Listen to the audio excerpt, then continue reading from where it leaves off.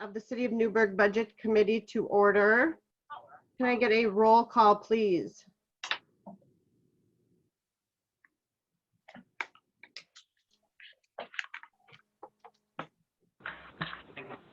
The roll call. Sullivan Allen. Present. David Bond. Present. Timothy Carpenter. Present. Beth Koshman. Present. Molly Olson. Present. Jack Reardon.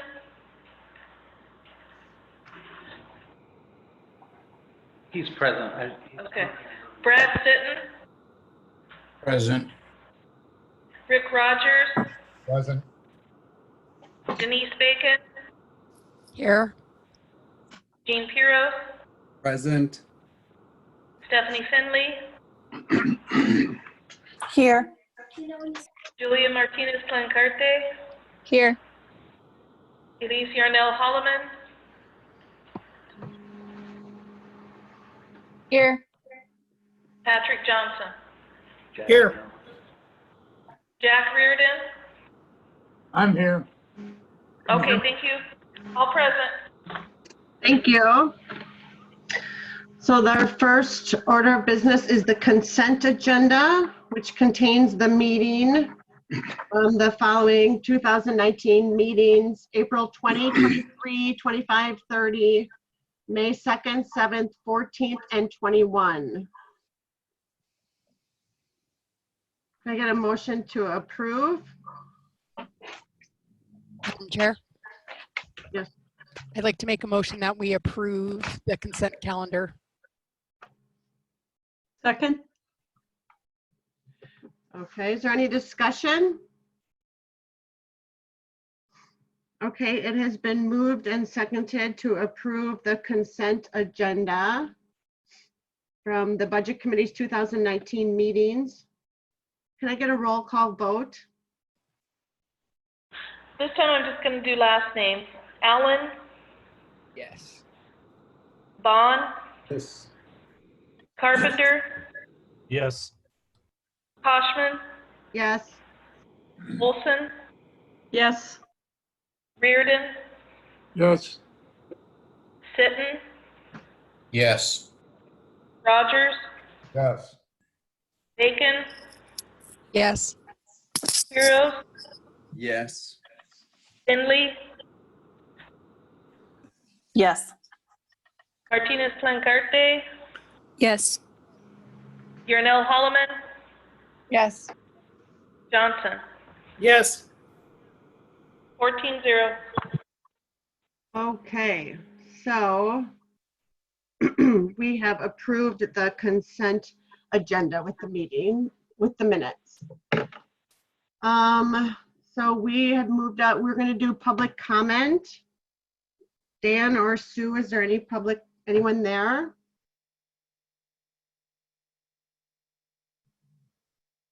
Is there anyone at City Hall for public comment?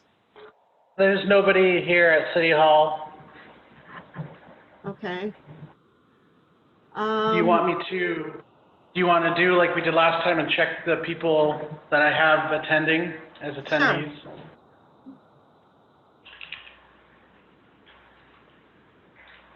All right, one moment.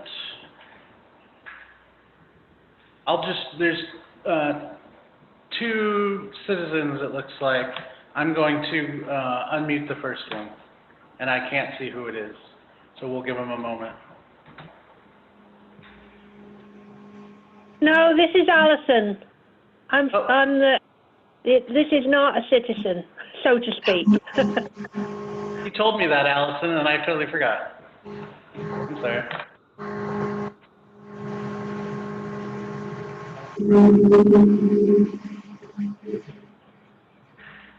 Okay, I've unmuted Leslie Caldwell. Does Leslie Caldwell have public comment? Nope. No. Okay, so there's no public comment.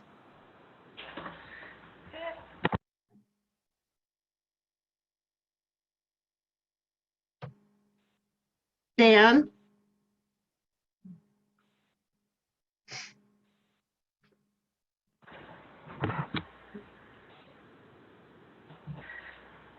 Beth, this is Sue. Hi, Sue. So, Is there any public comment? I have not received any written comments. Okay.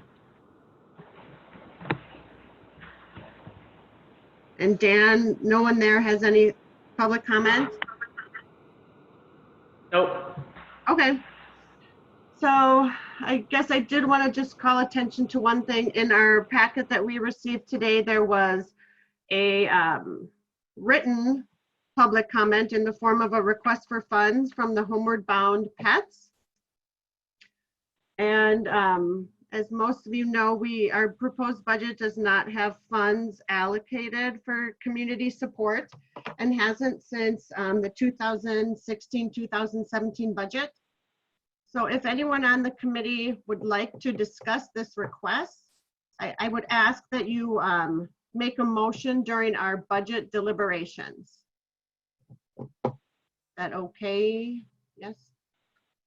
Okay, perfect. Okay.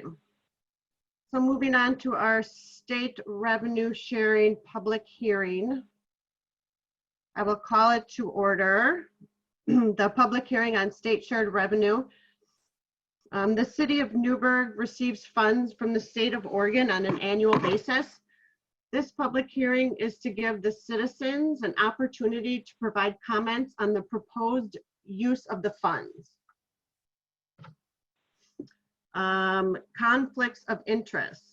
Robert's Rules of Order states that no member should vote on a question in which he has a direct personal interest not common to the other members of the organization. Does anyone have a conflict of interest to declare? So quiet. Okay. So we'll go to the staff report from Mr. Zook. Thank you, Beth. Good evening, committee. You have in your staff report, in your packet, my staff report regarding state shared revenues. And the city of Newberg does receive funds from the state of Oregon on an annual basis. And I put a chart into your packet that outlines all the various revenue streams that we receive. The public hearing tonight pertains solely to the what's labeled in the far left column that's called liquor tax, 14% of total liquor revenues. And you can see on the chart the requirements that the city has to go through in order to receive those funds. Tonight is the first step in that, where we have to hold a public hearing before the budget committee. The key word here is for the possible uses of these revenues. The second step after the budget committee holds this public hearing is when the council entertains the public hearing in front of them on June 1st regarding proposed uses coming out of the budget committee. So on the chart on page 43 of the PDF document, you can see that there are other streams of revenue for state shared revenues, another percentage of overall liquor tax and cigarette tax, as well as marijuana tax. And the marijuana tax, by the way, just is the state collected tax, not the city of Newberg local tax. So the city does, by virtue of not banning and certifying that they don't ban marijuana, producers, processors, or wholesalers, does get to participate in the state shared revenues. And then there's gas tax and 911 tax. Those two revenue streams are recognized in their own unique funds. And the chart further expresses what those requirements are for the city to jump through the hoops to get those funds. And then at the very bottom of the chart, well, there's the key statutes. There won't be a test on the ORS references, not tonight, maybe after class. The Newberg budget, the very bottom line does reflect the amounts and the page numbers where you can find those amounts that the city has proposed. Keep in mind, these are our best guesses on, not a guess, but our best estimates. And we do utilize the League of Oregon Cities for their analysis on what we can anticipate. So the public hearing tonight was noticed in the Newberg graphic on last Wednesday, April 22nd. And that was also a requirement of tonight's hearing. So that is the overview of the state share revenues.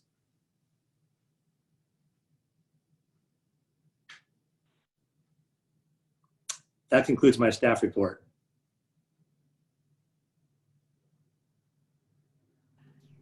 Guess I should unmute myself. Thank you, Matt. Okay, so now I would like to call, see if there's any public testimony regarding the state shared revenues, possible uses.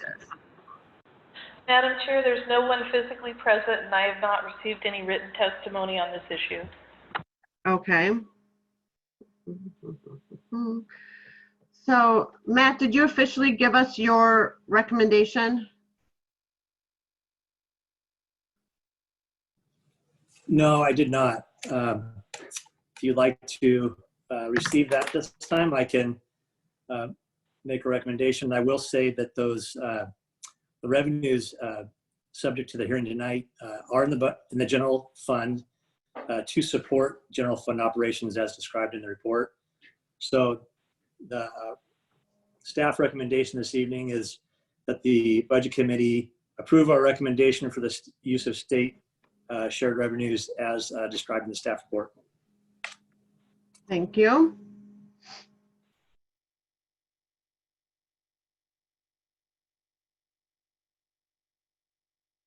Let's see, is there any discussion?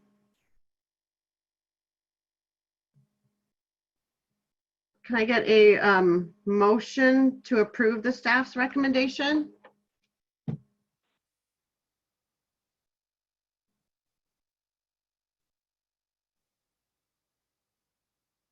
Anyone like to make a?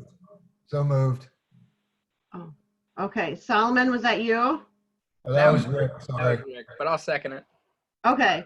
So it has been moved and seconded to approve the staff's recommendation for the possible uses of the state shared revenue. Can I get a roll call vote? Allen, Yes. Vaughn, Yes. Carpenter, Yes. Koshman, Yes. Olson, Yes. Reardon, Yes. Sitton, Yes. Rogers, Yes. Bacon, Yes. Hiros, Yes. Findley, Yes. Martinez Plancarte, Yes. Yarnell Holloman, Yes. Johnson. Yes. 14-0, motion passes. Okay, so the motion passes. So the state's recommendation for the possible use of state shared revenue is passed. Thank you. So this closes the public hearing portion of our meeting. And next on the agenda is our continued business, where we are continuing with the presentation of funds by the city staff. I believe we're on Administrative Support Services Fund on page 49 in the proposed budget, correct? Yes.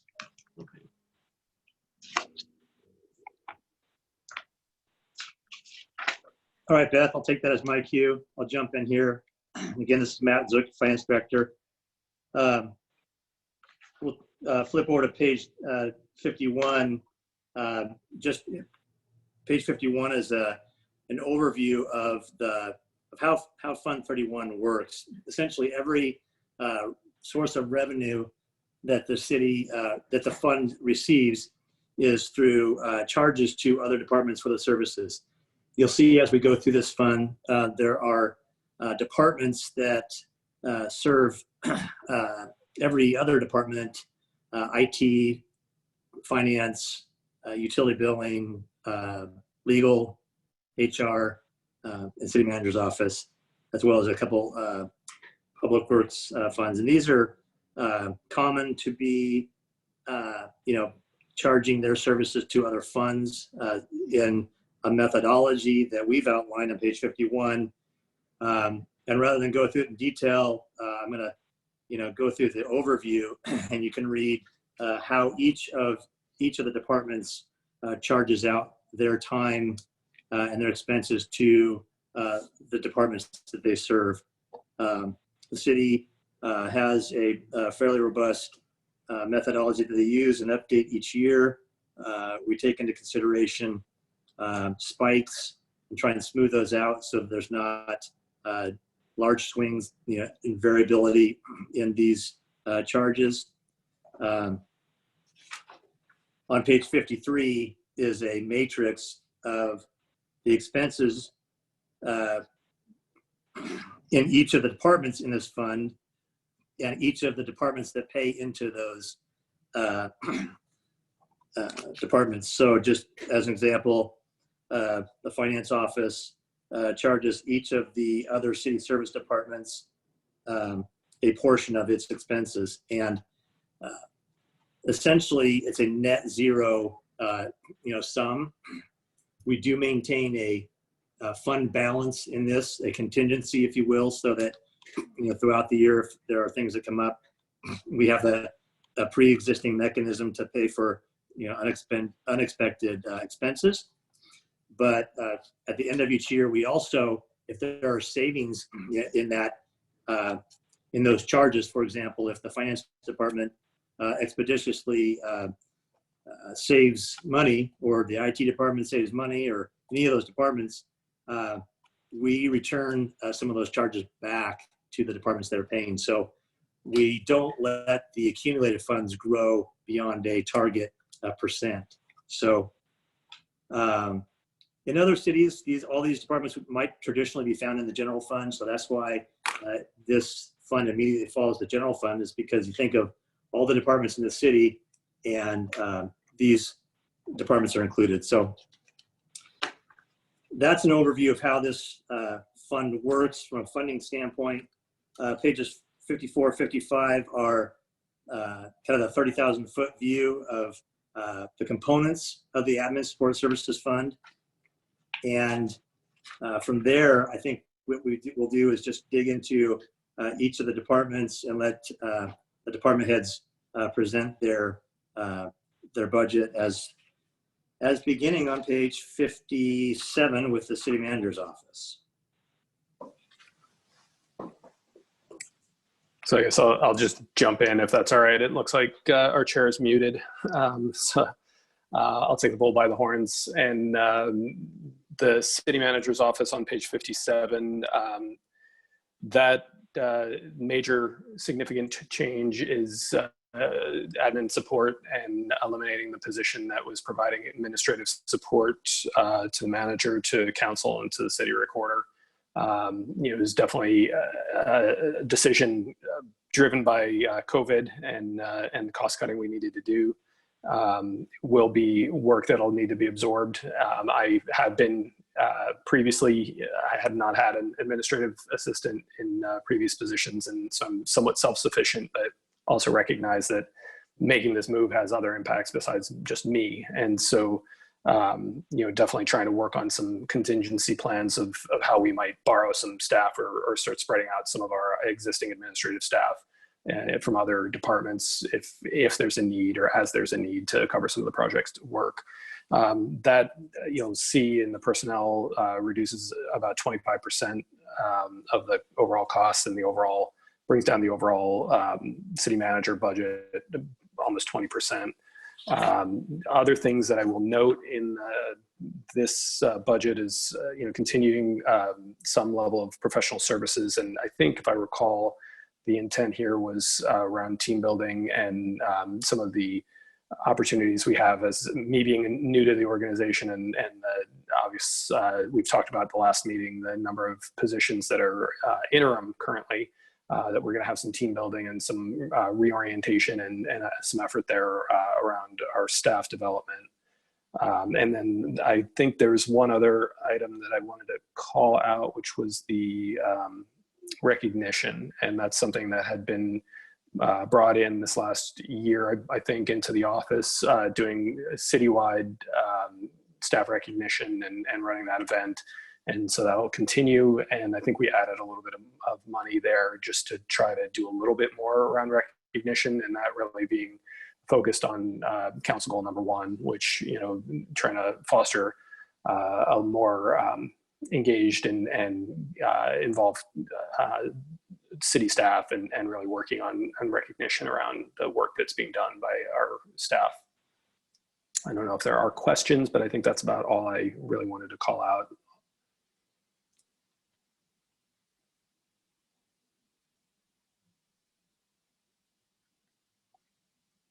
No. I did have a question. Sorry.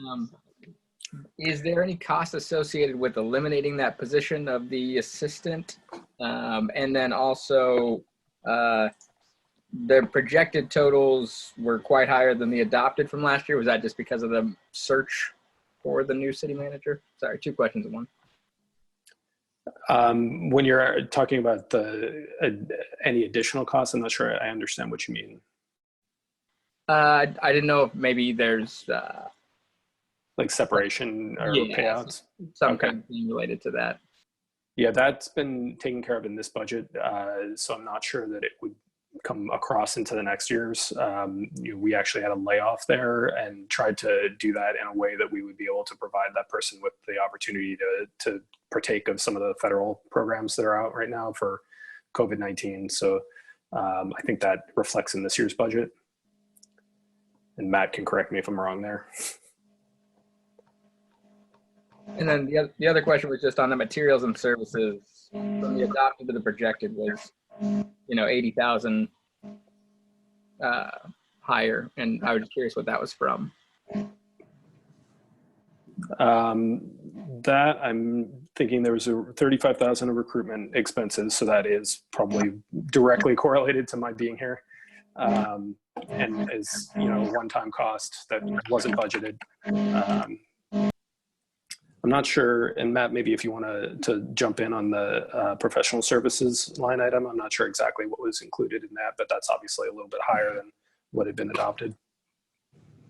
Yeah. The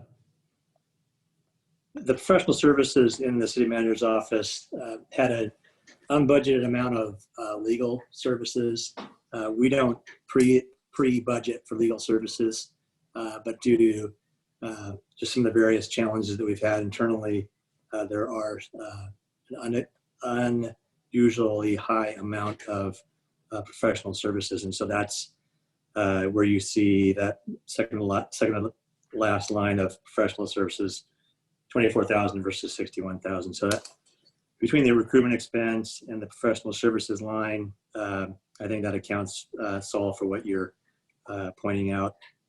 There was some travel and training as well, and I think some of that also pertains to some of the city manager search as well. So Thank you. Yeah, definitely. You're welcome. Thanks. And I think if I can hit one of the but for things in the question from last week, what would we have done differently, or what might we have done differently? My goal had been going to the budget to add a management analyst or some sort of position similar to that in the city manager's office to help work on some of the projects that are stacked up around council goals and also around the community vision. But that obviously fell to the wayside pretty quickly when we realized what a hole we were in. Are there any other questions for Dan?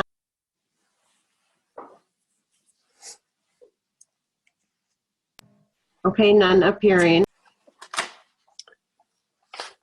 Okay, I guess I'm going to keep going on human resources.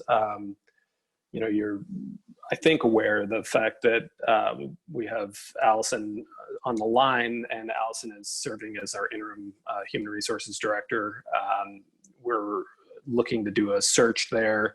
One of the things that is called out in the budget message, and obviously is a significant change in the overall budget, is trying to change the scope of the human resources.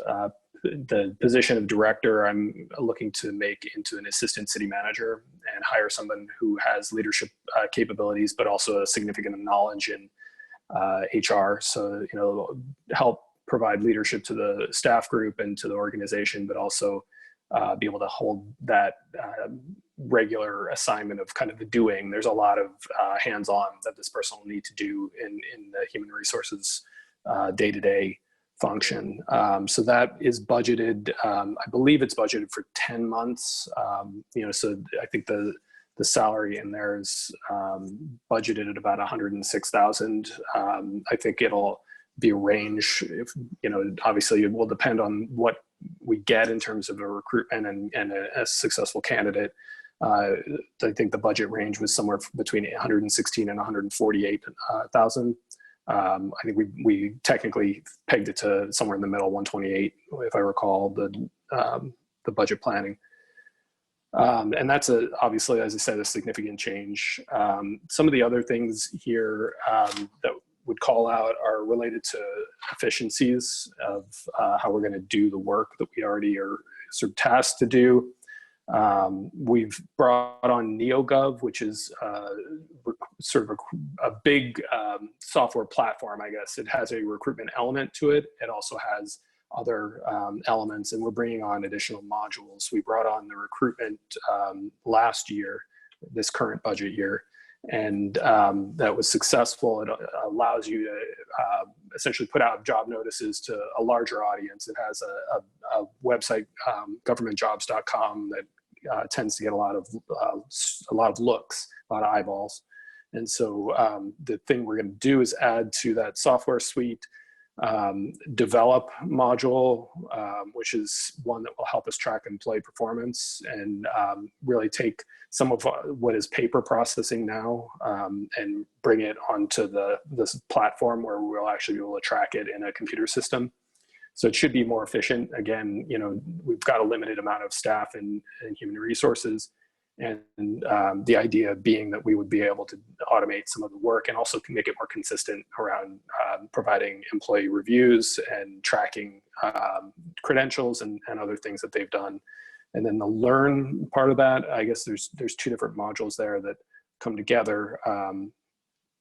Actually, I think it was perform and learn. But anyway, the learn module is one that has an online classroom tool. So there's like 1,500 courses online. So you can essentially, as a supervisor, assign courses to a class of employees or an individual employee, and it will help make sure that we've got training that we probably would struggle to afford, either with time sending that individual to the training or being able to provide that breadth of training to our employees. And so hopefully it'll help to increase the overall training we can provide to our staff, along with tracking and managing their performance from the back end in terms of performance evaluations every year.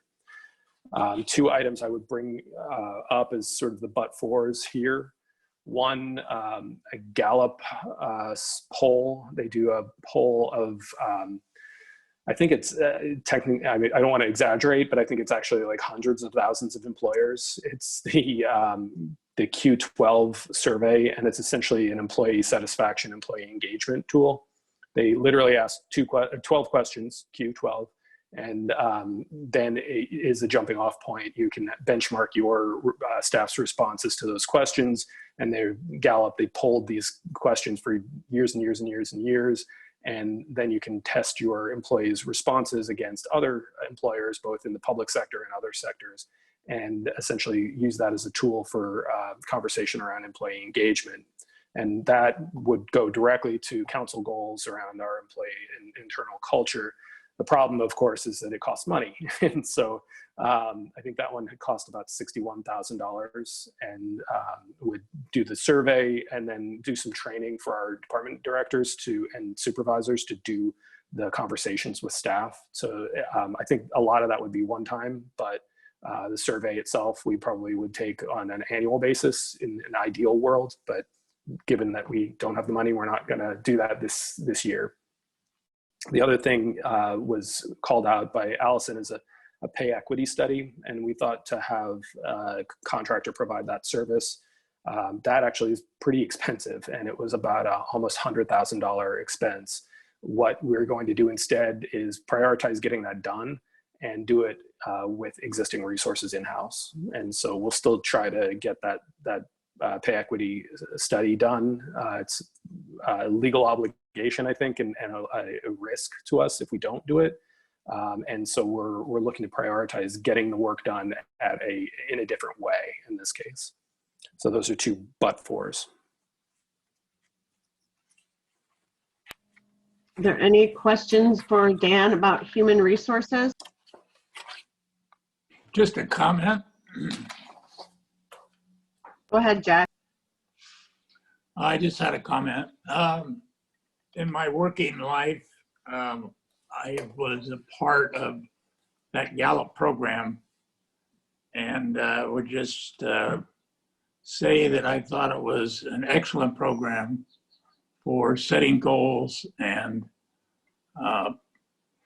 making a really awareness by people that they needed to attain certain goals. So I think it's a great program. Good, thank you. Yeah, I've used it in previous organizations, and I know a lot of organizations in local government use it. So it's been well tested. Any other questions or comments for Dan about human resources? Beth. We just recently did the Gallup at my work, and it was a great experience. I'm not a higher tier supervisor, but it was great feedback for everybody in the organization. So hopefully when we have some money, we can do that here in Newberg and get some good feedback. So thanks for looking into that, Dan. I appreciate it. Yep. Any other discussion?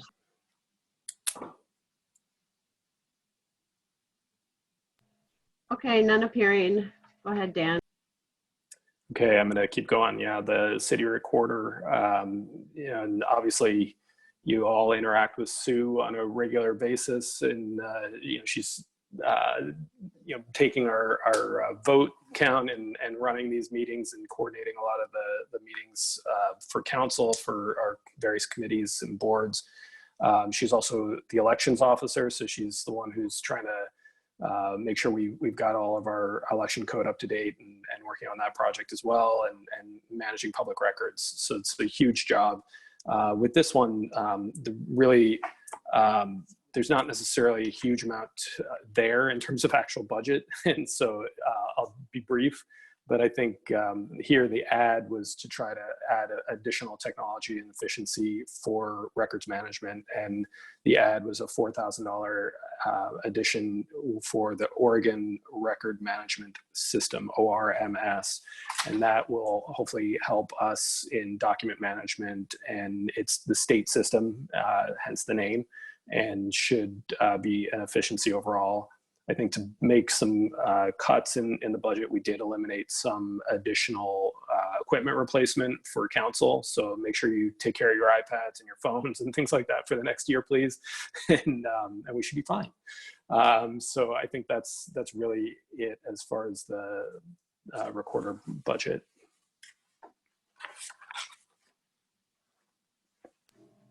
Any questions or discussion about the city recorder?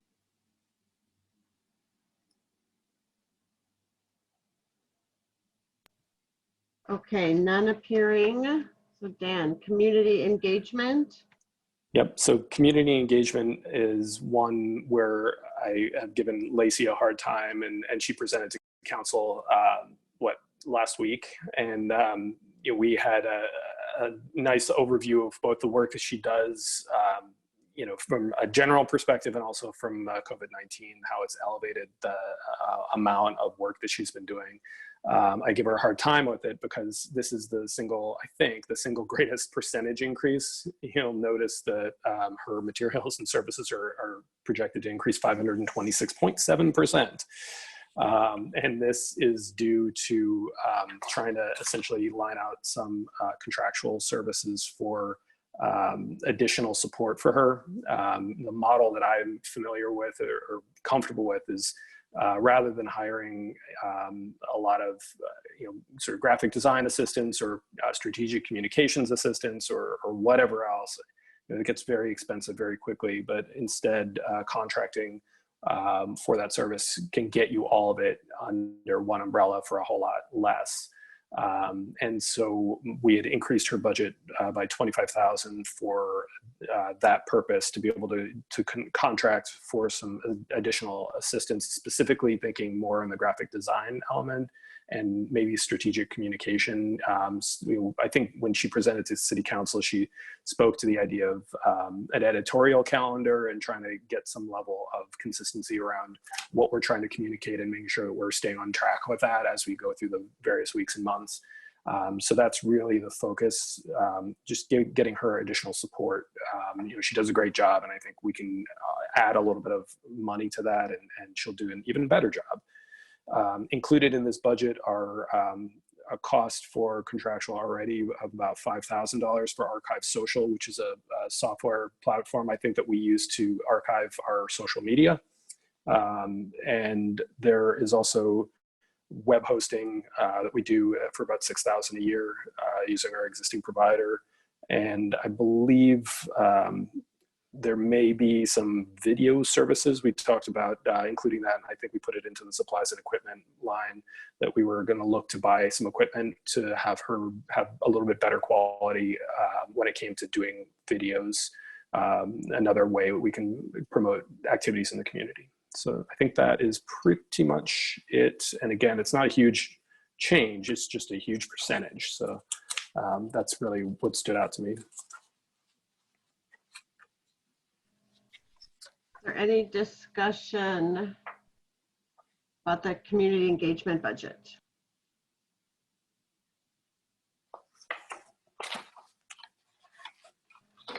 Okay, none appearing. So on to thank you, Dan. On to finance and utility billing with Matt. By far the best budget in this binder. The significant changes in finance, as just outlined here in the narrative, in the current fiscal year, we budgeted for transition in personnel by having a little bit of overlap between a retiree who had been here 21 years and a new employee that allowed them to cross over. Just budgeted for a couple months, ended up only using them for 2 months. 1 month of overlap. So we're back down in line with the historical trends. Next year, in the current fiscal year, we had actually anticipated doing a lot of analysis, review of our financial software, Springbrook, of which we are the very first client in their history. So we did some analysis and decided that at present it's worth keeping. I had outlined all that in the last year's budget. And so we began to move into training and consideration of upgrading to the most recent version. That took a little bit longer than we anticipated. So we're actually doing some payroll training right now with our new staff member. But the upgrades, we are gonna have to put on hold for next year. We'll continue to use Springbrook well and do the training as much as we can, online and for free. And I think we'll do an okay job with that. We have continued to put money aside for the replacement of the financial software to the tune of about $10,000 a year. I think we have right now $40,000 after the end of this current fiscal year we put that on the altar and decided to not transfer $10,000 next year into future reserves. So we are not, you'll see that drop on page 68 on the internal charge computers line item. So those are the highlights of the finance department.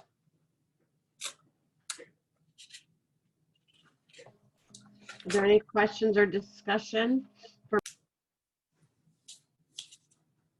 Just Matt, it's absolutely the most fascinating part of the budget. You're right. Thank you. I did have a question. Go ahead, Patrick. Matt, on Fund 311310 590002 on page 68, there's Yes. an interim charge for computer $10,000, but there isn't one for this upcoming budget. Why is that? That's what I was just referring to. We have been putting $10,000 every year towards the replacement of the future software. At some point, Springbrook will become obsolete. It's going to take. I'm just going to throw a number out there, but new software costs $250,000. So we're putting that on hold basically this year, just as a part of tightening the budget. So hope to resume that next year and catch up. Obviously, 10 grand a year is going to take you 25 years to get to replacement. So it's all just a little bite at a time until such point as we need it to replace it, and then we may have a bigger chunk at that point. So. And Matt, my experience with software like that, we went to from an accounting software to an ERP model where I came from, and it was about $1.5 million, $2 million, just FYI.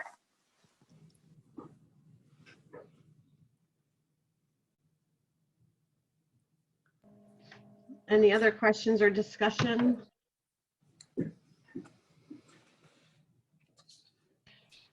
Okay, none appearing.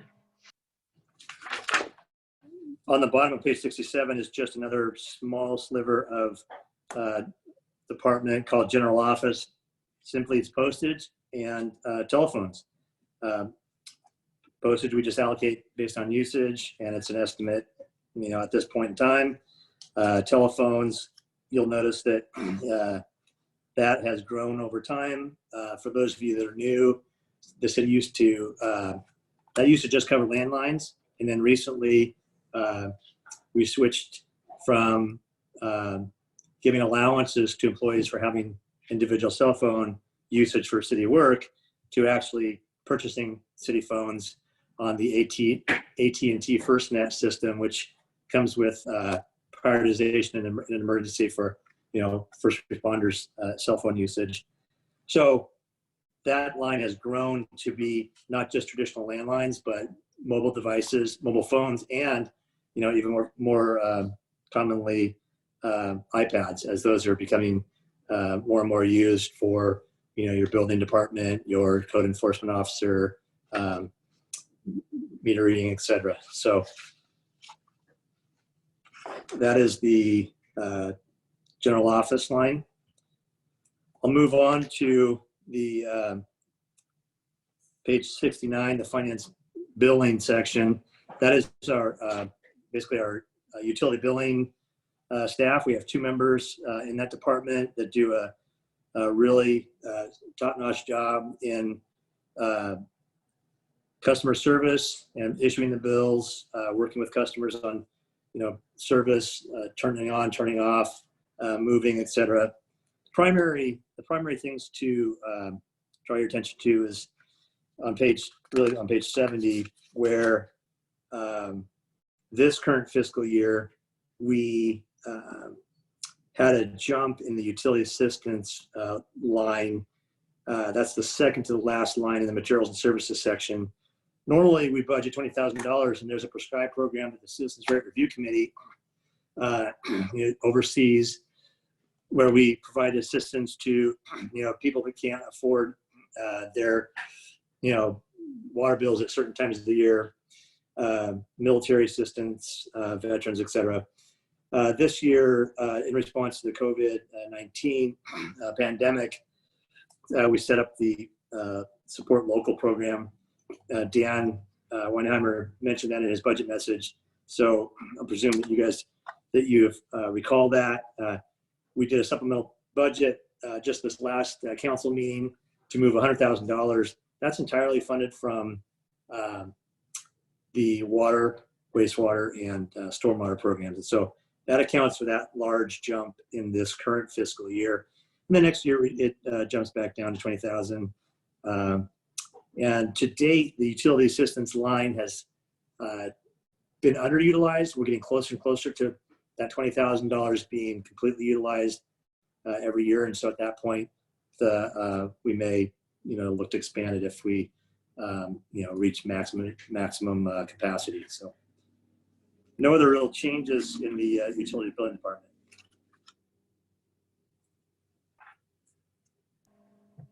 Questions or discussions?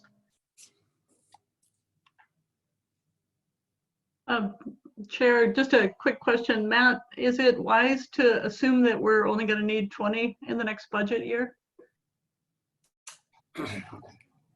I think at this point, in fact, I have just happen to have the stats right here. We've used 75% through, I believe, end of March. And so most of the funds in this $20,000 are pre-awarded at the beginning of each year. So we give these monies out in grants to churches and YCAP, and they utilize it. What we find is that there's some of those funds just go unused, and we work with those grantees to ensure that those funds get out. So at this point in time, my recommendation would not be to increase it. I will say that the Citizens Rate Review Committee meets annually to review this program. So even if it was a mid-year change and we really decided that, hey, the utilization has reached its capacity, at that point we might, consider bumping it to 25,000. But I've been hesitant to do that in the past because we've budgeted 20,000 and maybe hit like 14,000. So I was actually referring to the 100,000 that got used. I'm curious as to whether or not we're not going to see a resurgence in the fall and more shutdowns and more need for assistance. That was my only thought. Okay, I see what you're saying. That's a great point. Right now we put 100,000 towards that, and I think at least as of last I asked, we had about maybe 10,000 out of the 100,000 issued. Those credits will go on this next May's bill. So I think that the 100,000, I don't think we're going to actually hit that 100,000 this current fiscal year, and that may carry over to next fiscal year. And if that does, we can come back with a supplemental budget and carry that forward if that's Dan's purview. So thank you for the question. Yeah. Any other questions or comments?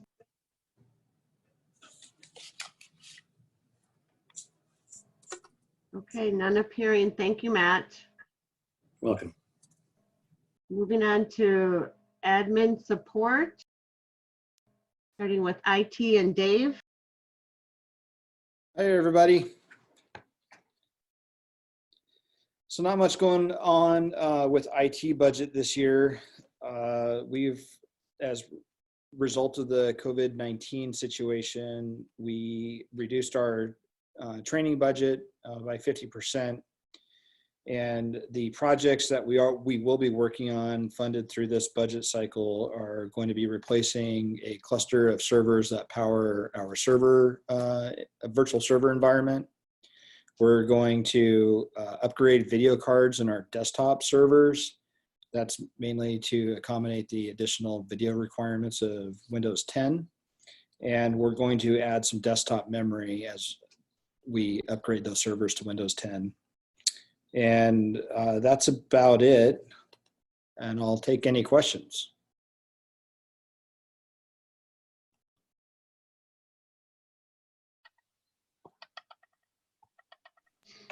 Oh, Jack. Hi. Hi. How you doing, Dave? Good. My question is related to what we budgeted last year. There was quite a significant number for a lot of new equipment. Correct. Was all of that taking place? And you have all that you budgeted for during the year?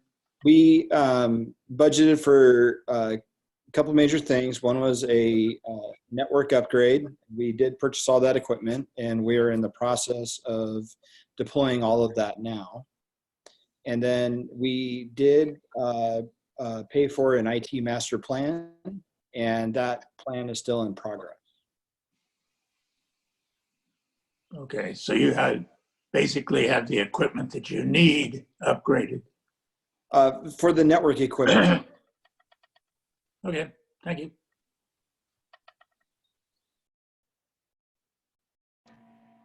Any other questions or discussion for Dave, just to be clear, because I think maybe what John might have been getting at, or Jack, it says John. The Windows 10 upgrades, are they optional, or is this something we have to do? I think the old Windows is gone and dead, is it not?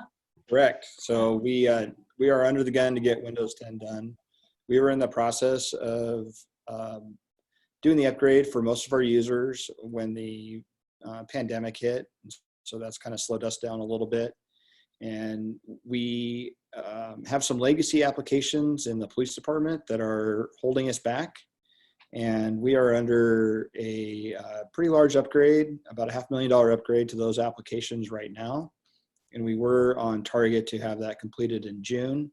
However, that project has been delayed a bit due to the pandemic as well. So we're currently making plans to come up with a workaround to try to get those machines upgraded. And we're going to be doing some testing to see if we can make them run under Windows 10 without breaking those applications.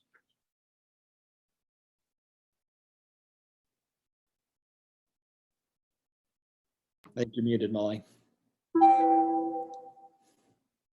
I just said good luck. Thank you.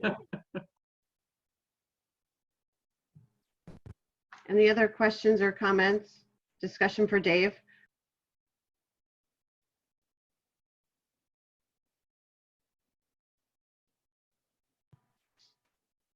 Okay, all right, none appearing. Moving on Beth? to the, I see John's hand up. Did he to go and I missed it maybe? Jack, do you still have anything to say or?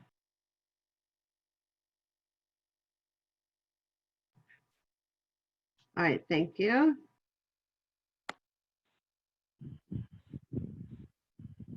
Okay. So moving on to the city attorney's office in Truman Stone. Thank you, Dave. Thank you, Chair Koshman and members of the committee. And I just want to say, and I think I speak for all of us, thank you for your volunteer efforts to help our community and serving on the budget committee. The city attorney's budget this year is essentially a status quo budget with some small cost savings, a little bit in some of the materials and services, not that it amounts to much in dollars amount, but a little bit in the percentages. And then our city prosecutor is a contract hourly employee, and she works as the work is available. She doesn't work specific set hours.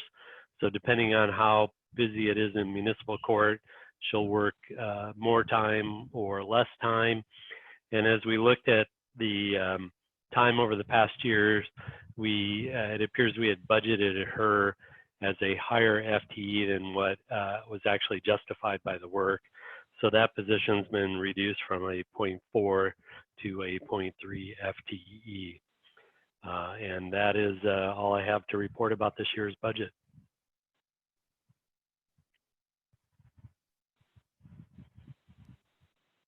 Questions or discussion for Truman?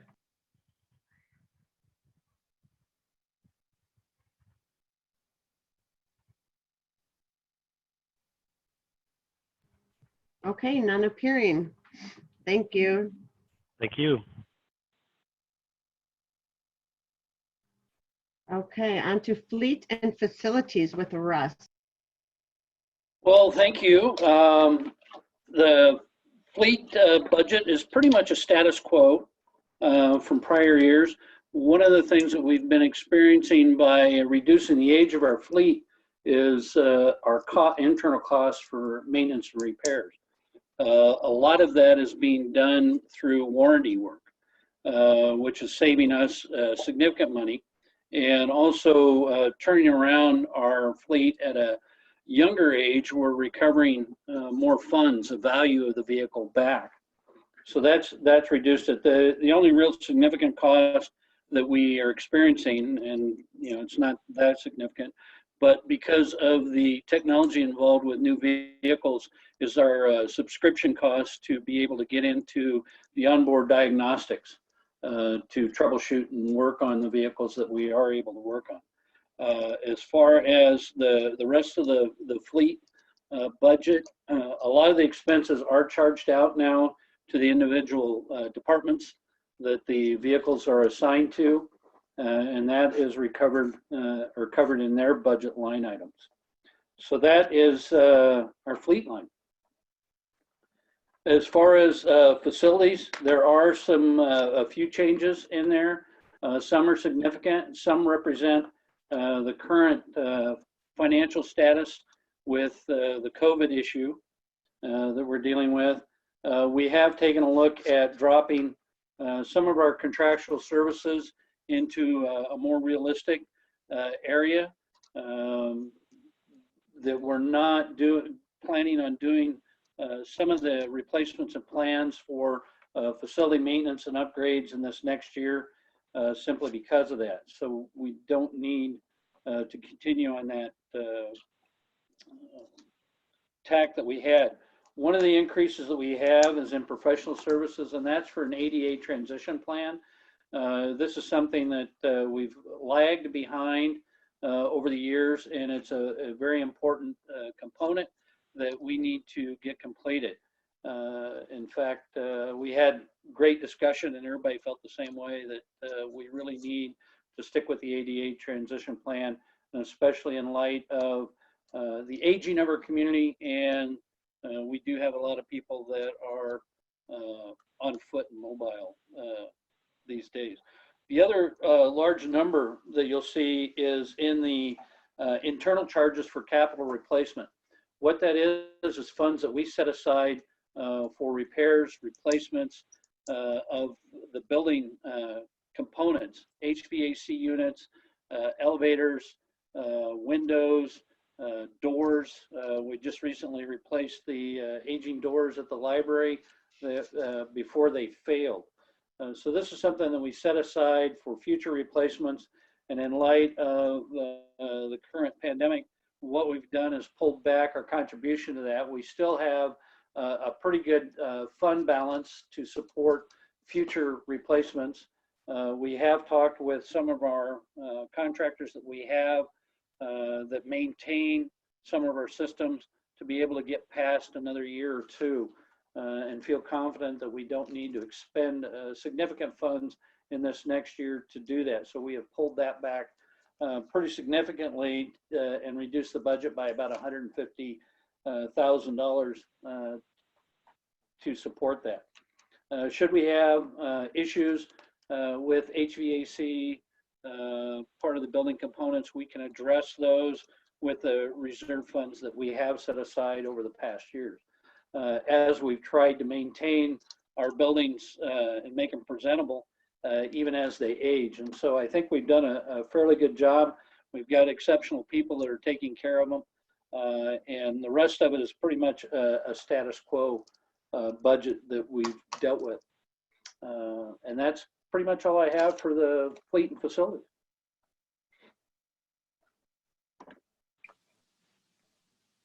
Questions or discussion for Russ? Can I add a but for into this one for the facilities? We had a facilities master plan, kind of a review and planning document that we could use for future needs, kind of an evaluation of our existing facilities and what we may need in terms of providing service to the community, but also making sure our staff had adequate workspace. And so that had been planned and is going to get pushed out. We'll need to perform the work, but we'll just need to do it in another year. And I would also say, nice tie, Russ.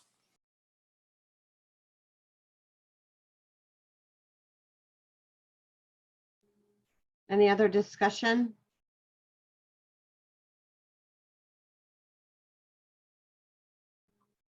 Okay, none appearing. So moving on to public safety funds. Thank you, Russ.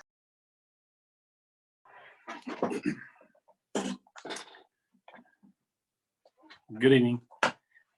First, we're going to do Fund 3, which is Civil Forfeiture Fund, the Civil Forfeiture Fund. Basically, that's a place for when we seize criminal assets, we put the money into that account. It's pretty regulated. I would say we've probably used most of those funds to support the computer forensics division. However, we've been able to obtain some contracts, so it looks like we'll be able to continue those services even after this money runs out. Is any questions on the civil forfeiture fund? That's not necessarily, it's not money that the city puts in like a regular budgeted item.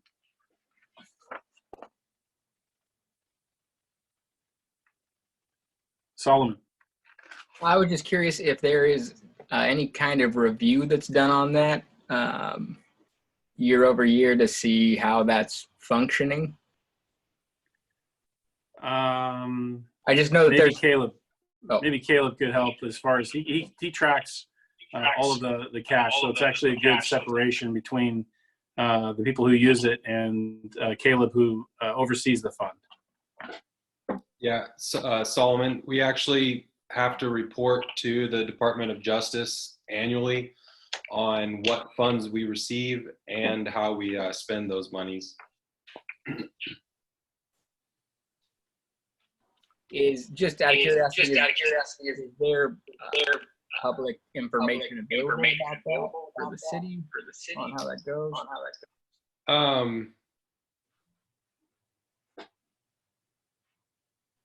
You're muted. As far as something that's out there, like go to our website type thing, not necessarily, but it's public record. So, I mean, it's readily available. I can, pull a general ledger trial balance and show you exactly what has been expensed out of those. Yeah, and these funds were all expensed the last couple years. Actually, 18-19 was when we used up all the federal forfeiture funds. And so in my 11 years I've been here, probably the first 6 or 7 years of those, we didn't have any federal forfeiture funds. And then we, in like 2013 or something, we got like something like $13,000.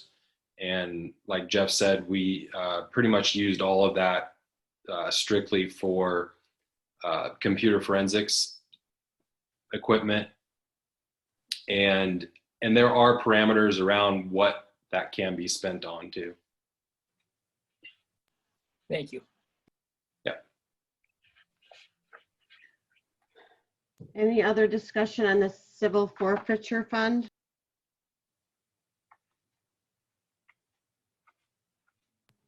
Okay, none appearing. 911 emergency. So Fund 13 goes to fund 2 dispatchers. The difference this year is the tax went up. So I believe we were able to go a little over half-time, take a little over half-time employee out of the general fund and have that paid for by the 911 tax, which is on your cell phones. I don't know if there's much, is there anybody have any questions on that? Nice, Jeff, to see it relieving the general fund. Thank you. I agree. That's mostly Matt's work. You can thank your state legislatures. Get right on that. Your tax dollars at work. Any So other? sorry. Okay, so we're moving on to public safety. So Public Safety Fund 16, there are two, it's one Fund 16 has two separate functions. One is for police or patrol, and the other is communications. The police section passed, I think it began in 2009, and it passed overwhelmingly, with overwhelming support. It was $3, basically $1 per officer is what it was termed as, and that fund has continued. I've talked to Matt, and he said originally the fund was not supposed to go this long. What we have done in the past is every year we try to put our lowest paid police officer in that fund to hopefully extend it out, and we've done a good job with prolonging it. The one issue with the police part is there are no elevators, there's no cost of living adjustments or anything like that. Whereas the communications portion of Fund 16 does have an elevator for cost of living increase. And I switched gears a little bit. We're budgeted 2.5 instead of 3 full-time officers out of this fund for Fund 16. And also, we are able to continue to fund 2 dispatchers out of Fund 16 because of the cost of living and the elevator costs that are associated with that. Any questions on that? Boring, I know. Right, none appearing, Jeff. Thank you.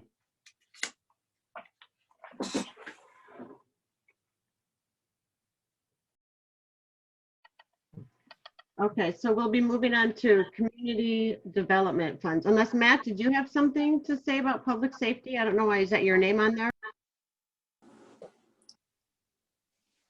Okay. Okay, so moving on to community development funds. And I would just like to remind everyone to, hi, Jack. Oh, I changed my mind. Okay. I did have a question. My recollection is last year we discussed increasing this number, and I don't remember what we have to, does it have to go out for a vote of the public to increase this fee?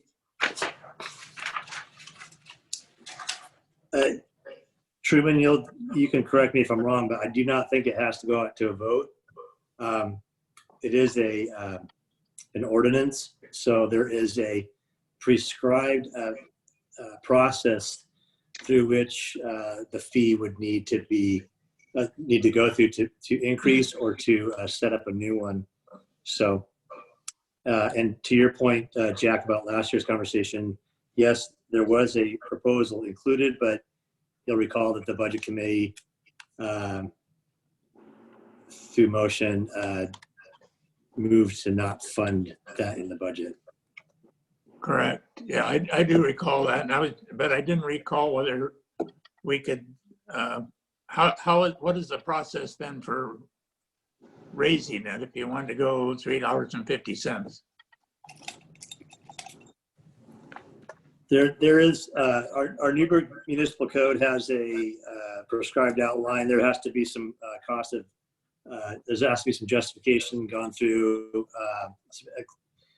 If you were to, when we go back and look at what was set up in 2009, it was quite an extensive justification. Truman, you might jump in since you've looked at that a little bit more frequently than I have, but it's not impossible. It's definitely a community engagement process to do that. And I think it's probably time to look at that. But Truman, do you have anything you want to add on that? Well, what you said, Matt, was correct. It does not require a vote of the folks in town. It is something the council can do, although the way it was set up in the municipal code, it was a quite extensive process. And I suspect it was to separate it as an actual fee from merely a different type of tax. So you have to go through criteria set out in the municipal code to justify the expenditure of the fee, and it requires certain studies, and be happy to point you to the section of the code by email after the meeting. But it's not so simple as just the council wants to raise the fee or implement a new fee. It's intentionally set up to be a difficult process and separated as a fee, so it's not a tax that would be violating one of the constitutional measures in Oregon. And then when I came, there was no mechanism for increasing the fee once a fee was adopted. So we had proposed, and the council adopted some amended code language that allows an existing fee to be increased, and it has a somewhat abbreviated process to do that, but it's still a process. Okay, more than I wanted to know.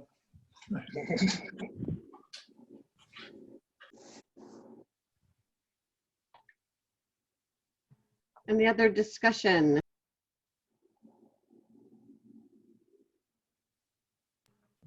Okay, none appearing. We'll be moving on to the community development funds with Doug Rex. And I'd just like to remind the committee to please use the hand raise feature on the Zoom and wait to be recognized by the chair. Okay, good evening, everyone. So this is the building inspection fund. You've heard a bit tonight about kind of status quo, and so this fund is that way as well. Our revenue is going to be trending pretty similar to what it is this fiscal year. As I mentioned last week, it's tied to residential home construction. Our materials and services, we've budgeted to do some diversity, equity, and inclusion training to meet the council goals. That would be for 2 staff members to go through that training. We have annual increases in our track and software costs. And this year we need to get some additional books for our building people for their inspection purposes. So overall, the materials and services is actually going down from the current fiscal year. There are a few things that have gone up. We've got some maintenance on some vehicles, and we're budgeting a little bit more for some professional services. That's when our staff is out and we need third-party coverage to come in and help. On the personnel side, the one thing I think may stand out is an increase in the clerical salaries. And so what we did is we monitored and tracked time that our admin staff was working between the planning division, the building division, and Fund 14, which we'll get to. And so we were able to move some of the time of one of my admin assistants over into the building fund where they were spending additional time, and that then reduced some of the expenditures in the general fund. And that's it for the building fund. Any discussion for the building fund?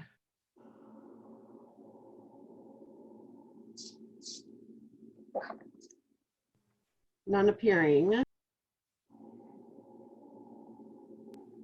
Okay, then we'll move over to Fund 14, which is the Economic Development Fund. And so this has 3 parts to it. So the first portion is the Economic Development Fund itself. On the expenditure side, again, we were, in doing the monitoring of where we were allocating our staff time, we moved some of the cost of one of my admin assistants into Fund 14 to address processing of the business licenses in the community.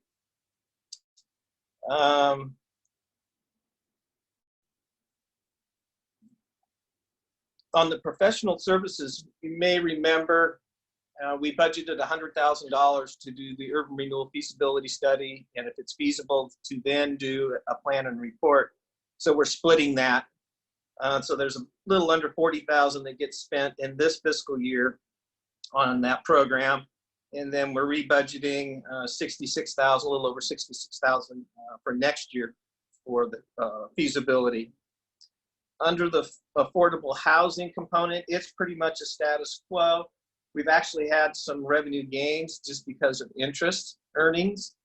I think it's important to note that this fund, every year we did a NOFA. The council just did a NOFA for a time-sensitive grant and loan program that's out on the streets now. And we'll be back next year to do another notice of funding availability for all 4 of the categories that are in that particular trust fund. That fund is really set up for loans. There's a certain small percentage that can be used for grants. Then we have a new portion of the fund, and that is the construction excise tax. So council had it as one of their goals, prior goals, is to evaluate a construction excise tax, and we're in the process of doing that. At the last council meeting, given the issues of COVID-19, we've delayed holding a public hearing on that and moved that out to September of 2020. So there are a couple corrections that I need to bring forward because of that. So we originally had budgeted for a full fiscal year where we thought we would have $150,000 of revenue. If the council does adopt a program, we would only be having 6 months of revenue. And so Matt and I have talked about this. I should say it was 300,000. It was going down to 150,000. So we have some new numbers that we want to keep track of. And so instead of a $300,000 revenue, we would drop that down to 150,000. Our admin fee is capped by state statute. That would go down to 6,000. Our developer incentives would go down to 72,000. Our housing community services expense would go down to 21,600. And our programs incentives would go down to 50,400. That's all I have. Thank you on that one.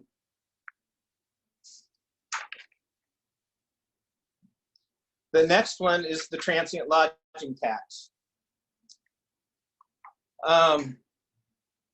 This fund was put together in large part before the COVID-19 issues. And as city manager indicated in his budget message, there's a significant reduction that is projected to occur in Fund 19.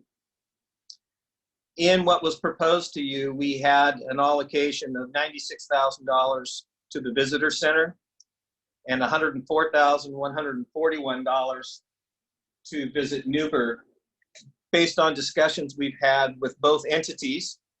And we came to some consensus and agreement with that, is that we would propose to modify those numbers so that the visitor center funding allocation would be $75,000, and that the Visit Newberg contract would be $125,141. When you look at, kind of where we were at from budget in 1920 to projected to propose, as has been indicated, we're seeing a 6-month reduction in transient lodging tax. So that also has a significant impact upon the general fund. The 65% of those revenues go to the general fund. And so you can see by looking, this year we budgeted $794,000, but we're proposing that's going to drop to $368,859 for the next fiscal year. And the last one is a new fund. It's Fund 20, the parking fee in lieu of program. So this was a program that the council adopted to add another tool to our toolkit to try to encourage development within the downtown area. And this is where a development could pay for some of its parking spaces for residential development. And so what we were predicting is 3 parking spaces would be purchased, and that cost is $13,000 a space. That's all I have. Molly. Sorry, sometimes the raise hand button doesn't work as well as the visual cue. Couple questions, Doug, back, or first for Matt. You're going to publish new papers with amended numbers? What we will do, as we've done in the past years, is we have a tally sheet that will reflect. I'm not going to produce new numbers as replacement pages. What we will do at the end of this whole process, well, let me back up.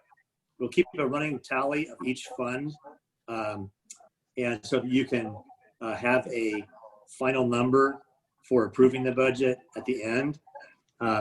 Once the budget committee approves the budget, then we reproduce a fresh version called the approved budget, which adds an additional column to each of these numerical pages, reflecting both the proposed budget and then the approved budget.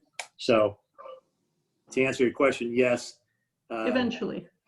Yeah, Caleb will have a running total on the screen here for the next meeting. Okay, thank you. You're welcome. Doug, there's a $30,000 development marketing grant proposed 2021 back on the TLT. I'm just curious, what is that? That was back when we had the Destination Development and Marketing Grant Program, the council awarded $30,000 to Wolves and People for a trail that would connect Wolves and People Brewery to A to Z and Wineworks. That's what that $30,000 was for. They have not advanced forward and entered into a contract, and I'm actually in discussions with them about that $30,000 allocation.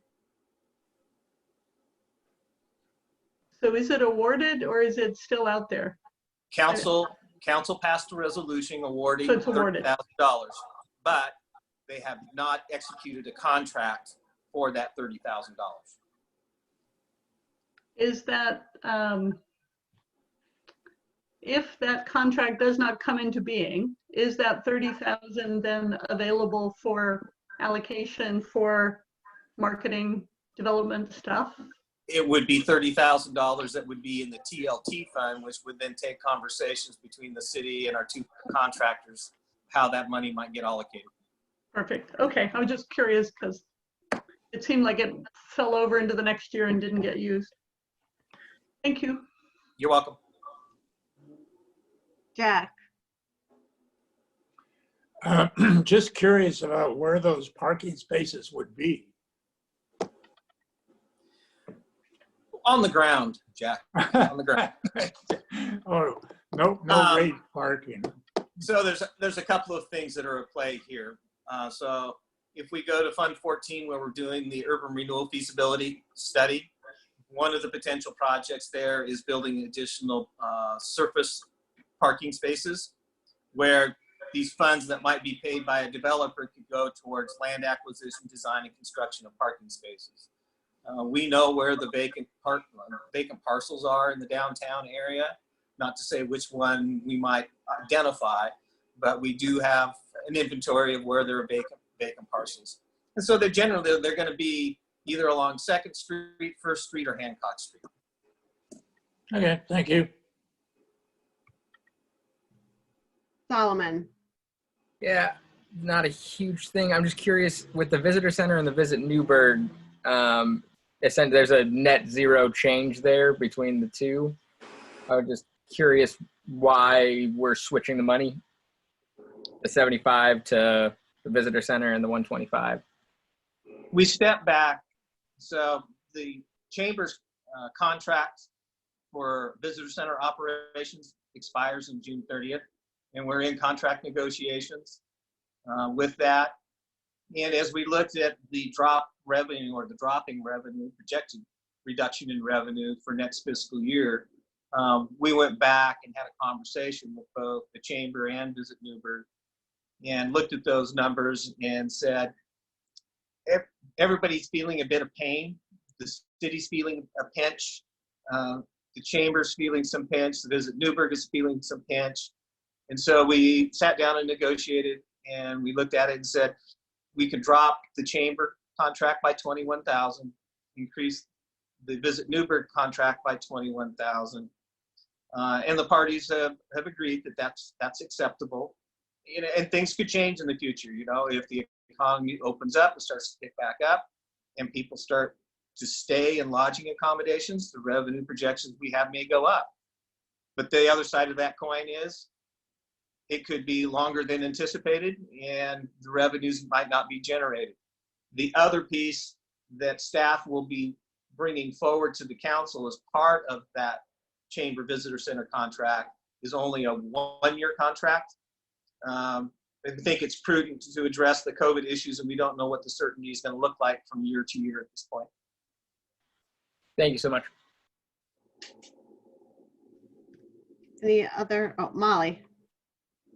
Thanks. Doug, how much of the visitor center is fixed cost we can't do anything about versus it's a contract and we're able to shift? I know Visit Newberg is marketing and it's not a lot of fixed cost like buildings or depreciation or anything. Is Visit Newberg different?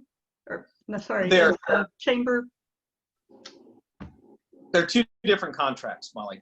Okay. So you have to go back to the chamber contract was entered into 5 years ago. Okay. And it was for a 5-year period. And that was fixed. It had language in there at a rate. There was an inflationary figure, and then there was a percentage. When Visit Newberg was created, we then had to go back and renegotiate the chamber contract for a 1-year period. Because the chamber was giving up the marketing functions and that was moving over to Visit Newberg. Okay. So actually the chamber contract from the prior 4 years went down by about $50,000 because they weren't doing marketing activities anymore. So that is a fixed cost. Visit Newberg's contract is based upon the contracts we had in place. So you get 35% goes to TLT. We have the fixed contract cost with the chamber, and then Visit Newberg got the funds beyond that, or what was left off of that, minus that 30,000 for wolves and people. Right. If I'm not asking my question well, I apologize. I think the closer we get to 8:30, the stupider my brain gets. Sometimes you make a commitment and some of those costs might be, for example, facilities. You can't easily reduce those costs without selling a building or something like that. Is the visitor center that kind of cost? Or are we talking leases and head count and that sort of thing? So if I can jump in, you know, I think there are some fixed costs to the visitor center, just in the sense of the move that the chamber's making to come to downtown. And that move comes with a change of the actual space costs. And some of that was driven by the decision of where the visitor center should or optimally would be located. So, I mean, I think, yes, there are some fixed costs related to that contract. You know, I think that answers where you were going, if I understood your question correctly. And just to be blunt about visitor center versus marketing, and yet there's a pragmatic part that says if you've made a commitment and you have some fixed costs, you can't just walk away from it. And that's really what I was trying to understand. Thank you. And we're trying to balance that for sure, yes. Yeah. Any other questions or discussions for Doug Rux?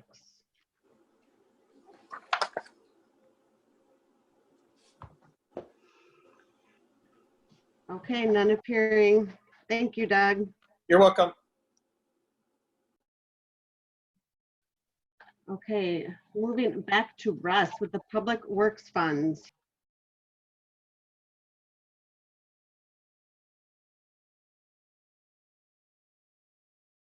Well, if I could finally get myself to unmute. Anyway, thanks again. The Public Works funds cover the enterprise funds for street, water, storm, wastewater. We have various revenue sources on there, and the development of our budget and what we do is a real team effort to get that done. And I've just jumped in here recently with the departure of Jay. I have a really good understanding of about half of it. And our city engineer, Karin, has a really good understanding of about 3/4 of it. So between the two of us, we figured we could get at least one good person out of this whole thing. So we're going to tag team this and jump back and forth on how we work through the public works funds on that. Karin has done an awful lot of work behind the scenes in dealing with a lot of our revenue sources and some of the assumptions and some of the things that we've had to look at here recently, especially in light of the impact the pandemic is having, not only on the enterprise funds, but on the state revenue sharing, potentially the SDCs. So I'm going to let Karin jump in and touch a little bit on our assumptions for our revenues. Good evening, this is Karin. Hopefully I'm not echoing in my office too much. But so revenues for the street fund really come from gas taxes and transportation utility fee. Gas taxes are both state and federal gas taxes, and we are assuming a decrease in both of those revenue sources due to the COVID-19 stay-at-home orders. One thing to note that ODOT does assume that there's a significant drop in gas tax revenue for April, less of an impact in May, and a return to normal operations in June, with a full recovery by July of 2021. That may be a little bit overtly optimistic, but that's kind of where we're landing for the revenues for the gas taxes. And then also we assumed a decrease in the transportation utility fee. Again, due to additional vacancies, the transportation utility fee does allow for a vacancy waiver if a building is closed. So we've processed a couple of those due to the COVID-19. Not as much as we thought we might, but there's still a possibility that we may end up with more. So that's where the revenues sit. And also we did assume a reduction in the system development charges, which are one-time fees paid by development. So as development slows down and has slowed down, we're assuming a reduction in the transportation SDC also. Miss Molly. Probably my last question, I promise. Karin, well, you're a wise woman. I read the tough waiver policy, just trying to understand what the things were. Of course, there's no pandemic in there. I guess we didn't anticipate it. If a business is shut down, does their tough fee commensurately go down since they're driving zero traffic, or do they have to apply for that, or is there no provision for applying because no one guessed we'd have a pandemic? I'm not sure how it works. So yeah, there is an application form that needs to be filled out, and if the business is completely shut down, we would generate that as call that a vacancy waiver, and that's assuming that the water and the sewer are still turned on to the building. And what happens is it drops down to the lowest rate possible, is how that functions.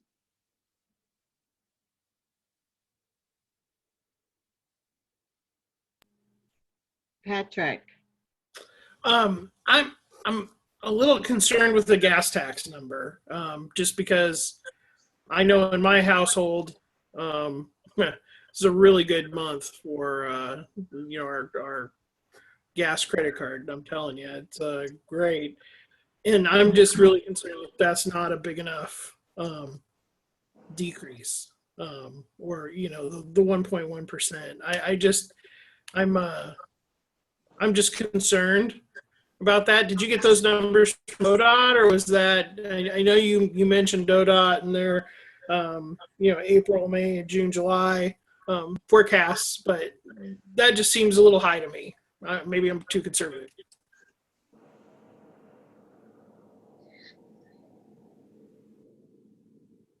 So the numbers came from ODOT. So again, I think they're probably a little bit overly optimistic also, but we also have a contingency in the fund of, you know, about $640,000. So we've got a little bit of room to play with if we were to, for that number to be dropped down quite a bit.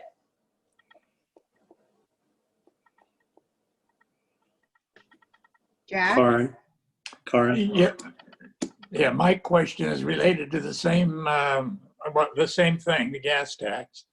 I see where the projected is where you're, for this 2019, 2020 is where you've taken the hit.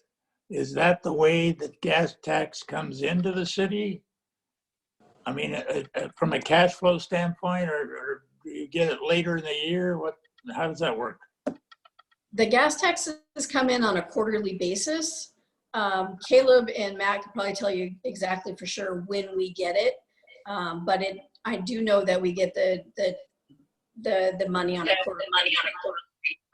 Actually, the gas tax comes in monthly. Oh, sorry. Oh, okay. Well, that answers my question. Thank you.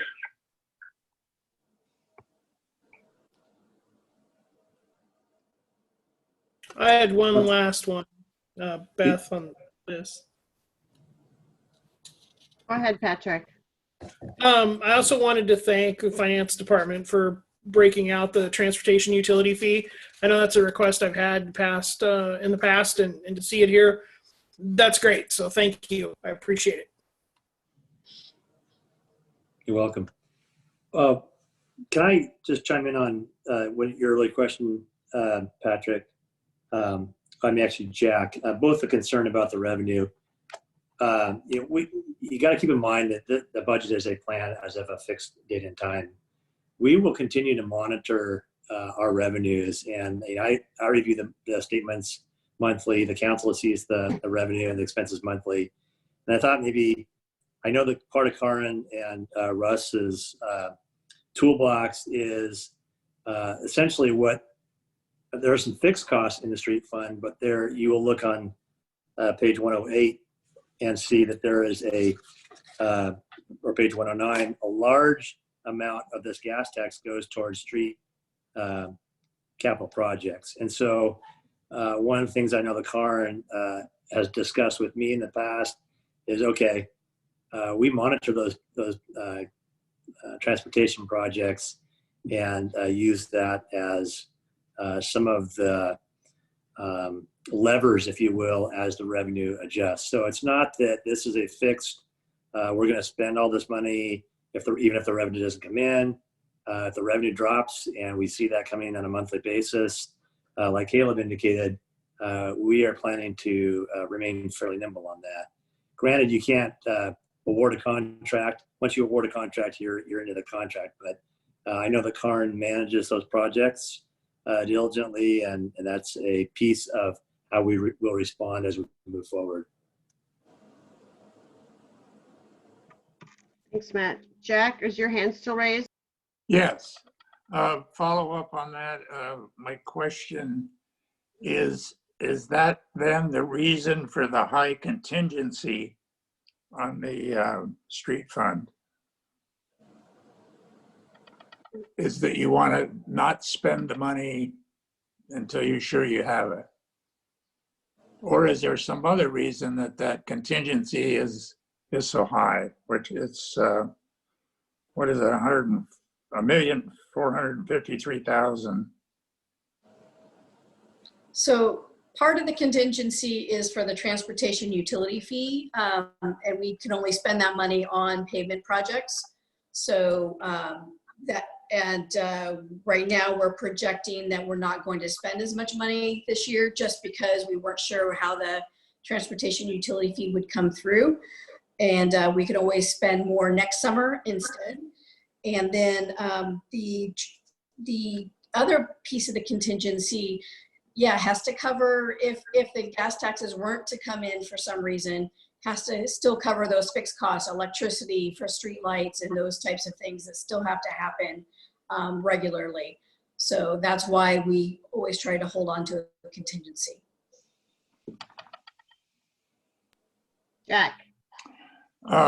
Okay, sorry, this contingency thing is something I talked about almost every year for the last 13 years because, and it just keeps going up. So I guess from the standpoint of saying that you weren't sure whether you were going to get the street fee funds or not, why would you not get those? That's like $1 million a year. So the transportation utility fee, again, we have some folks that have requested waivers. And so we are granting those waivers at this point while we're still at the stay-at-home mode. And there could be more of those that come up. So what we did was we had actually a project that we were planning to put out to bid this summer, and we decided to hold off on that just for a couple of months just to see where we land. And if the money comes in, fine, then we would go ahead and put that project out to bid to construct that. Following up on the same question, it shows in the budget that you are getting that $1 million. So I guess my question would be then, if you're budgeting that you're getting the $1 million, why are the contingency so high? We don't have the project in there to spend it at this year. We can always spend that money in the next fiscal year, do a larger project. Well, isn't that going towards the street rejuvenation program? Yes, it's going to the pavement. And you can't do that work this year? We're doing a portion of that work where we did award a contract for the crack and slurry seal, which will be starting July 1. And that's to the tune of about $140,000. So that is moving forward. And we have a project that's ready to go out to bid to the tune of $800,000 for another portion of it. And again, we just wanted to hold off a little bit to make sure that that money did actually come in. The problem we have with the budget is the fact that our construction season spans several, 2 budget seasons normally. Our construction starts June, July timeframe and then goes through. So we have to kind of watch to make sure we're not overspending in this fiscal year, and then we have enough to start in next fiscal year. Does that make sense? So it's always, for us, it's always a balance, is like, how much are we spending this fiscal year versus what do we need for next fiscal year? So that's where we're at with that.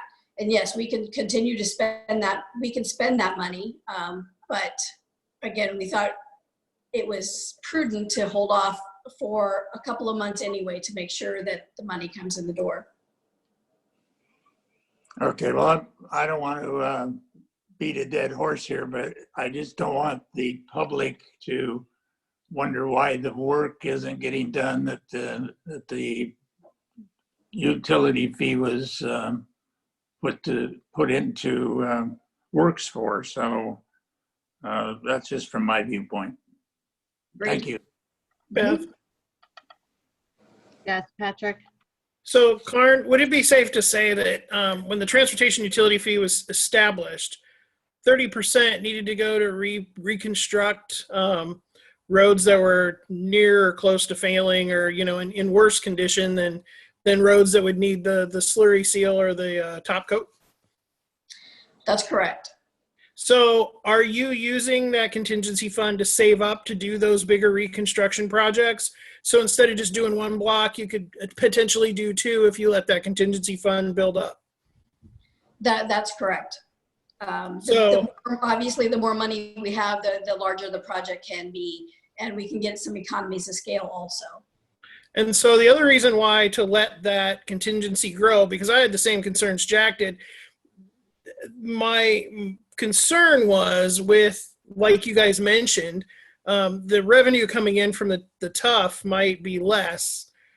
If you're scheduling a big reconstruction project and you have a contract to also slurry seal in the same year, you have the potential of running out of money to do those contracts. So you don't want to cut it that close. You want to keep money in contingency from year to year to cover those contracts you signed. Is that kind of how I'm understanding it? Yes.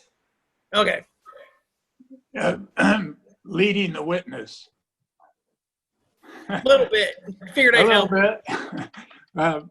Just to follow up, again, the other concern I have is that, you know, one of the reasons the streets are in the condition that they're in is because they weren't taken care of over the years. And if we're not spending that money to take care of them in a good, on a regular time frame, then the streets are, again, not being kept up on the schedule that was originally set up for that. So just another concern that I hate to see that money sitting there instead of going on the street.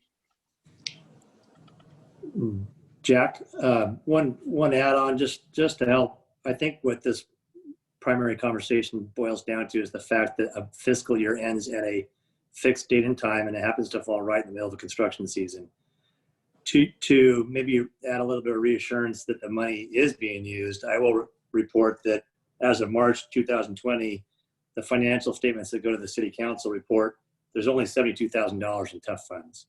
So, you know, we watch those, and those do get used, and then they get rebuilt, and they get used, they get rebuilt. I think what you're seeing is just a simple mark in time.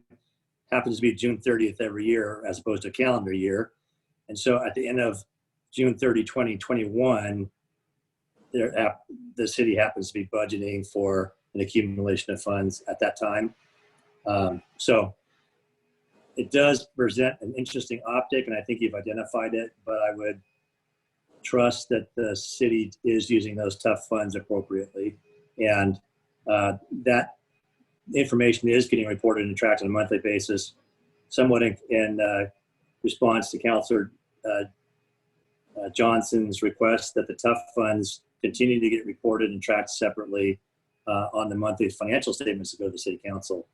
So I just wanted to add that as a reassurance that the funds are getting used for those purposes, and they do get sometimes even lower than what we'd like to see. Sometimes they're higher than what we'd like to see. So it's a fluctuation that unfortunately gets marked in time at June 30th of each year. Solomon, I see your hand is raised. Not that I need an answer to this now, but it did pique my interest with the conversation that was just being had. With that 30% for the failing or close to failing streets, is there a substantial cost increase to take care of those rather than maintain them before they get to that near failing state? Yeah, again, I don't want to make this go longer than it needs to, but that I'm just interested in knowing the difference there maybe. Yes, there is a significant difference in the cost versus maintaining versus basically when it gets to that 30%, those failing streets, we have to essentially rebuild the street. So it's a significant cost increase. The other thing that we're finding as we work through these projects, and we do have a 5-year plan, it's on the website if you wanted to take a look, is that we're having to deal with the infrastructure underneath the street. What we don't want to do is pave the street and then turn around and have to rebuild the sewer line underneath it and that kind of stuff. So we're trying to do it strategically, do it in locations where, yes, we have failing streets, but yet we don't have infrastructure underneath the street that we need to deal with. So it's really a balancing act.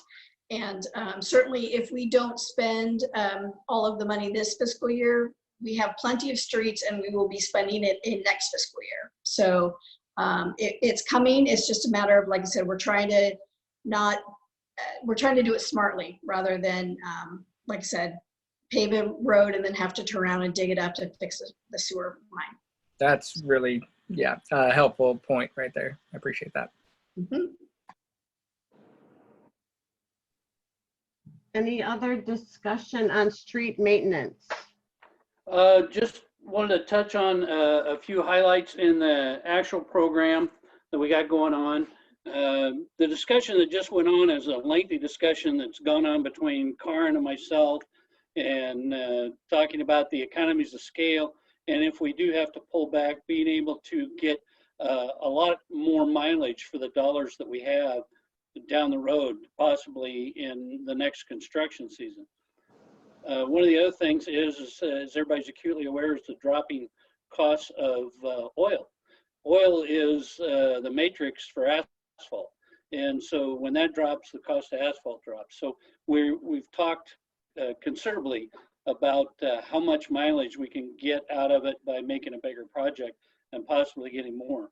One of the other things that it does, and it was touched on, is it allows us to get out ahead of the curve as far as taking a look at the other utilities under the ground, the wastewater lines, the water lines, and the storm sewer lines, so that we can be prepared to move forward pretty rapidly on taking care of the paving. One of the other highlights in the street fund is we are ramping up inspections of the sidewalks, critical routes, and identifying the needs for the ADA accessibility. There's a lot of barriers that are still out there that need to be removed, and that's poorly constructed ramps, curbs that prohibit people from having access to good sidewalks, and taking a look at that and meeting council goals for sustainability and also including equality and inclusion for all citizens in town, making sure those routes are available. Cartograph is another big tool that's being used across all utility funds. It's giving us some really quantitative data. We're utilizing it in the street fund for pavement condition mapping. What it does is gives us a number that we can track, and we can qualitatively come up with the numbers that the value of the street, what the condition is, and be able to track that more accurately and be able to go back in and pull out the numbers in the budget as necessary. One number that has jumped around is our seasonal help, our summer help.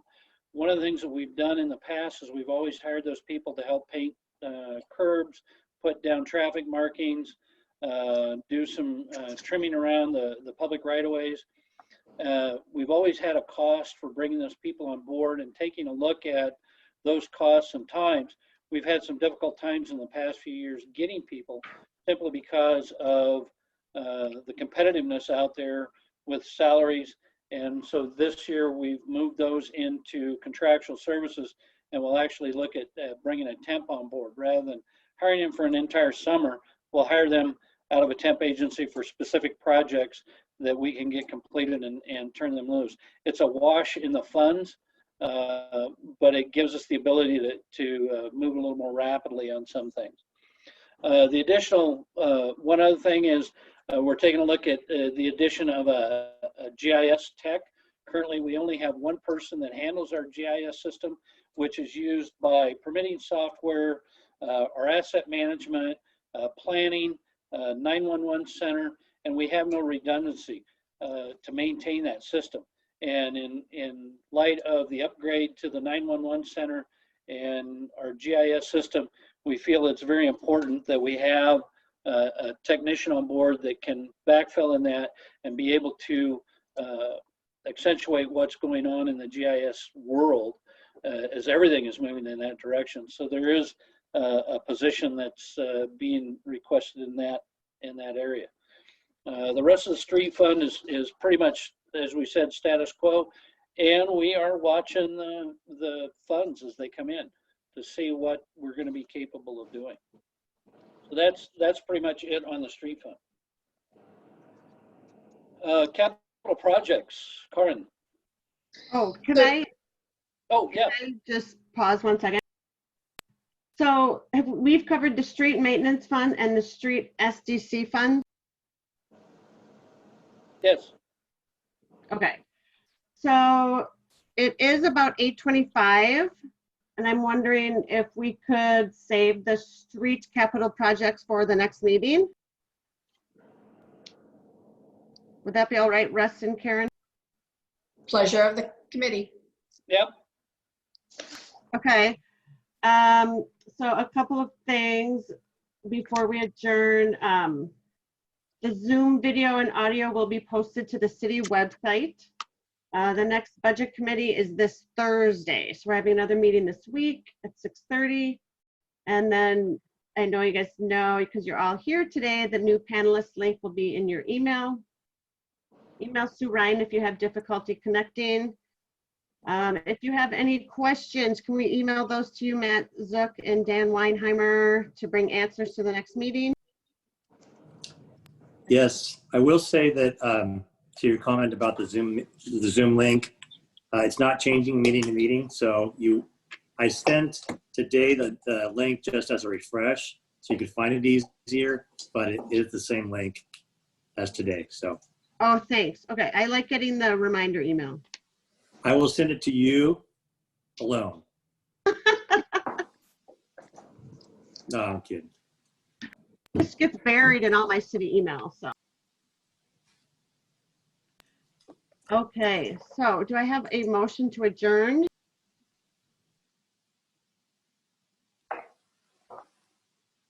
Motion to adjourn? Second. Okay, it's been moved and seconded to adjourn the meeting. I guess we'll take a Kind of like Patrick. vote. Yeah, it was me. Hi, Patrick.